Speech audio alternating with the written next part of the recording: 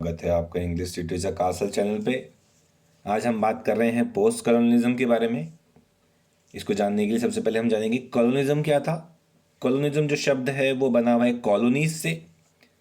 जब अंग्रेजों ने पूरी दुनिया पे कब्जा करते हुए बिजनेस करने के लिए अलग अलग कॉलोनीज बनाई, उनको कैपिटलाइज किया, अपने अलग अलग तरीक़ों से बिजनेस करने के बहाने उन्होंने ज़मीन पे कब्जा करते गए,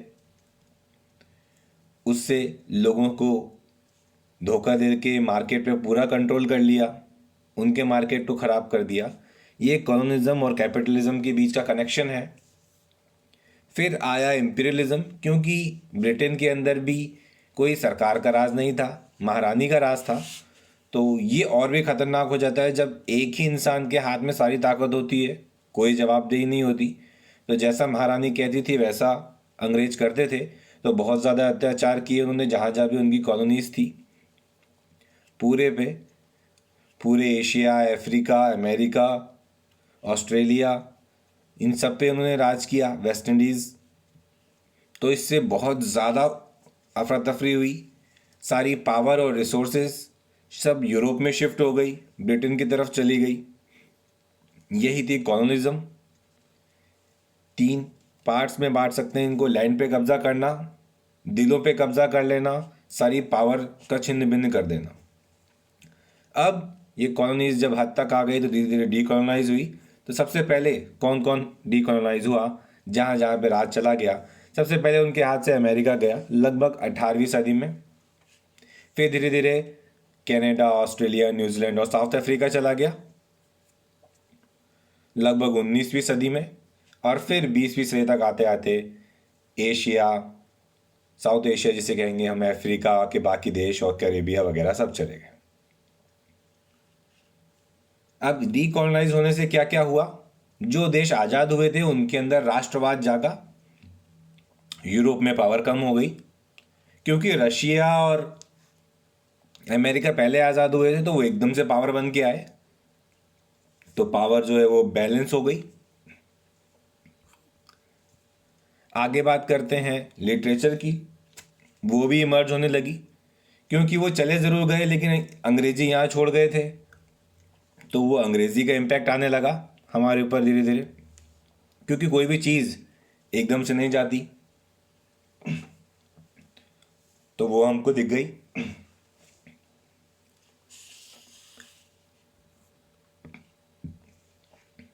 इसका बहुत खतरनाक असर हुआ। ये कहलाई कॉमनवेल्थ लिटरेचर। ये वो लिटरेचर है जो उन देशों की बात करती है जो कि अंग्रेजों के राज से छूटे हैं। इसके अंदर कौन कौन आती है? वो सारे कंट्रीज आ जाएंगे, चाहे वो ऑस्ट्रेलिया हो, अमेरिका हो, एशिया हो या अफ्रीका। सबसे पहले बात अफ्रीका की करते हैं, क्योंकि वो सबसे लेट आज़ाद हुए। उनके महान राइटर हैं गुगी व थियोंगो, बहुत कमाल के ऑथर, गजब का इम्पैक्ट उनका। अफ्रीका की पोजीशन को बहुत खास तरीके से इन्होंने एक्सप्लेन किया।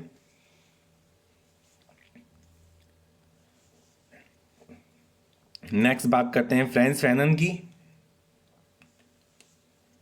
फ्रांस के ये ऑथर थे, बहुत कमाल का प्रेजेंटेशन इनका। इनकी एक बुक है जिसका मैं जिक्र करना चाहूँगा, रैचेड ऑफ द अर्थ।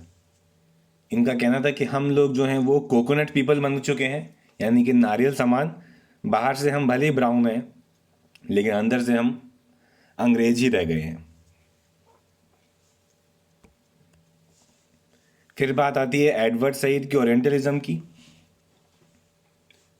इनका कहना था कि हमको अपने अंदर जो है वो एशिया जगाना चाहिए। ये सब देखने के बाद हम समझ गए कि कैसे हम, जिनके ऊपर उनका कब्जा हुआ था, हम भी उन पे कब्जा कर सकते हैं। तो ये कैसे पॉसिबल हुआ? जब हमारी आज़ादी हो गई, हमारे दिमाग टोटली आज़ाद हो गए अंग्रेजों के कंट्रोल से, तो फिर हमने कब्जा करने की कोशिश करी। आप देख सकते हैं दुनिया के हर देश में एशिया के और अफ्रीका के लोग मिल जाएंगे। वो हर तरह के वहाँ काम कर रहे हैं। ये एक तरह का उनके देश पे कंट्रोल है। अब लिटरेचर की बात करें तो 3 बहुत बढ़िया एग्जाम्पल्स दे रखे हैं। आप देख सकते हैं हार्ट ऑफ डार्कनेस हो, मैन्सफील्ड पार्क और जेन एयर।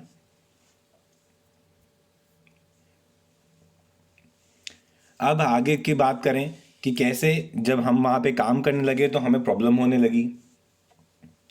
हम उनको हराने के चक्कर में उनकी जैसे बन गए। हम अपनी मिट्टी से दूर हो गए। तब ये थ्योरी निकल के आई बाय होमी भाभा, मिमिक्री। क्या हम मिमिक्री कर रहे हैं अंग्रेजों की, या हमारी खुद की भी कोई भाषा है? तो जो हमें अंग्रेजों ने सिखा दिया, क्यों ना हम अब उनको अपनी देसी भाषा सिखा दें। तब ये वर्ड निकल के आया।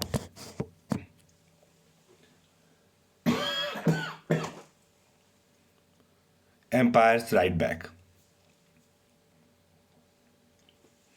ये सब नई इंग्लिश की बात करता है, नई भाषाओं की बात करता है कि कैसे हमने डीकोलाइज किया अपने माइंड को, कैसे हमने अपने तरीके से सब कुछ समझा। इसमें गायत्री स्पाइवैक आते हैं, होमी भाभा आते हैं और एडवर्ड सईद भी आते हैं। इसके कुछ डेंजर्स भी हैं, अलग अलग एस्पेक्ट्स भी हैं जिनको हम आगे जरूर डिटेल में पढ़ेंगे। कैसे हमने उनके ऊपर अपना इम्पैक्ट डाला, उस सब का जिक्र है यहाँ पे।